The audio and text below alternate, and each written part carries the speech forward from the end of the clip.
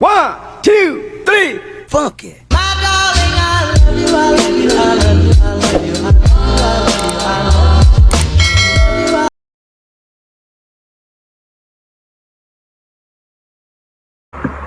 Hi everyone, my name is Dumaguete Alvarico, and I am a Diploma in Tourism Technology student from Metro Dumaguete College Incorporated, and we were appointed and assigned to speak up facts about COVID-19 and tell you guys what we think in our own opinion how COVID-19 or this pandemic affects the world. So I'm gonna go ahead and start in defining what is COVID-19 first. COVID-19, as you know, is a pandemic or is a virus and a disease that spread around the world. It is an infectious disease that was discovered back then when it had an outbreak in Wuhan, China on December 2019. At the moment, this pandemic has been affecting the world. So how would you know if you are infected with COVID-19 and what are the symptoms?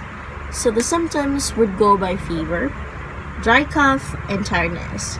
Some would feel nauseous, headache, conjunctivitis, sore throat, nasal congestions, body aches and pains. And some even have diarrheas and loss of appetite. So those are the most common symptoms of COVID-19. I actually have my phone here because I have my notes in this. And I'll be checking it from time to time to share with you guys the facts that I was able to find on the internet about this COVID-19. My source, by the way, is the World Health Organization website, which you can go ahead and Google and check them out for more tips. Moving forward, how does this COVID-19 spread? So COVID-19 spread from others who have or other persons who have the virus. The disease primarily spreads from person to person through coughing or droplets from the mouth or nose. So mouth or nose. So technically, that happens when the person coughs, sneezes, and expels saliva, and it travels through the droplets, and then is gotten transferred to the person in front of the person that has the COVID-19. So, okay. So how are you gonna protect yourself from the spread of the COVID-19 or from the infection or from getting infected of COVID-19? So first one is always wash your hands. It is the most recommended step to prevent yourself from getting COVID-19. Maintain at least 1 meter distance if you are going in crowded places or going to get out of your house to do groceries or run some errands. And then avoid going into crowded places. And as we know, running errands might be going inside banks, going to groceries to get some food, going to the drugstore to get some medicine.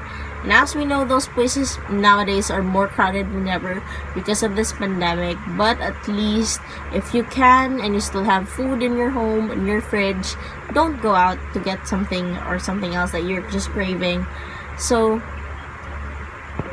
something that you're just craving for. So it's better that if you guys stay away from crowd. And then so staying away from crowd means or leads us to the next step of staying away from the virus is staying at home. Staying at home will help save the world and everybody around us. And of course, if you have high fever, dry cough, go ahead and seek for medical attention the soon as possible. Now, we already know how it spreads and how to protect ourselves and what is COVID-19. Now, how does it affect the world? First and foremost, I would like to discuss the economical effect. Businesses are being closed. People don't get to have their normal jobs, and some people lost their jobs permanently.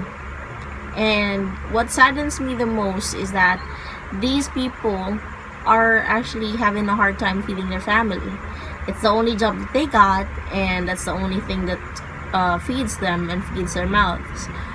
But on the other hand, people not being able to go out and travel means not using motorcycles or any kind of vehicles, and factories won't be able to operate, giving our environment this high time to breathe in and breathe out without any pollution from factories and vehicles. But then again, this thing is also not good for us humans because we don't get to have money to survive and feed our families.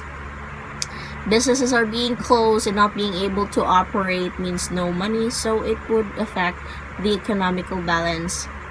And then I would also like to talk about the people that are starving and they're the most in need. So these are technically the families of those workers that don't get to have their job, or won't get to have their job back anymore as soon as possible, because I don't know which article I read it from, but they said that the virus vaccine will be created at least 5 years from now, and that's not nearly soon, right? So these people will starve to death if they don't get to have jobs.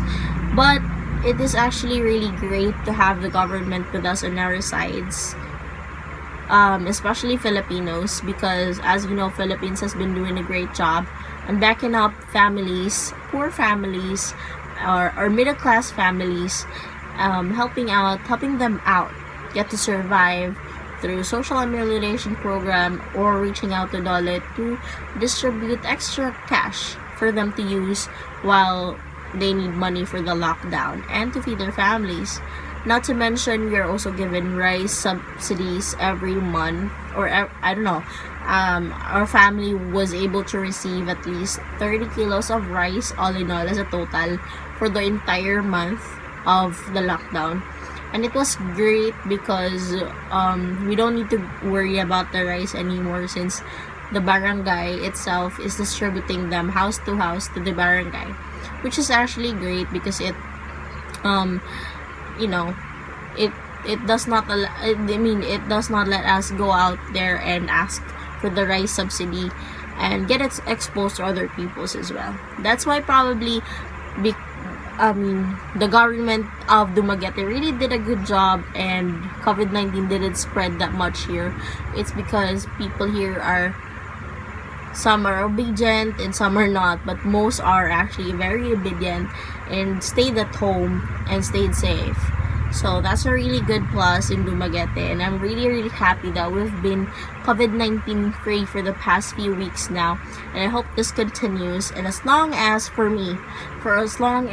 we don't get people to come in or I understand that there were some other family members that went out of the city to work. I even have my cousins back there in Manila. But as long as these people that are high risk, that got probably infected by the virus, doesn't come into Dumaguete and stay, and don't get to, meddle with the people inside, then probably Dumaguete will be safe. People inside Dumaguete will be safe, and that's gonna be a great plus. So all that I'm just asking right now is for you to be able to hear my message. Us Filipinos are very creative in our own ways, and I know that we can find ways to get and earn money. So let's not rely much on the government for subsidies, the social amelioration program, because we're just a third world country. And I'm telling you guys, being a third world country, Philippines is already doing a great job in helping us feed our families. So let's not rely much on the government and be thankful for at least what we have, and just pray to be safe and get through this pandemic. So that's technically how I view things at the moment during this pandemic. I hope you guys are safe. I hope you guys are safe back there and are staying at home. And I wish you guys good luck and good health. Bye for now. Thank you so much for watching my video.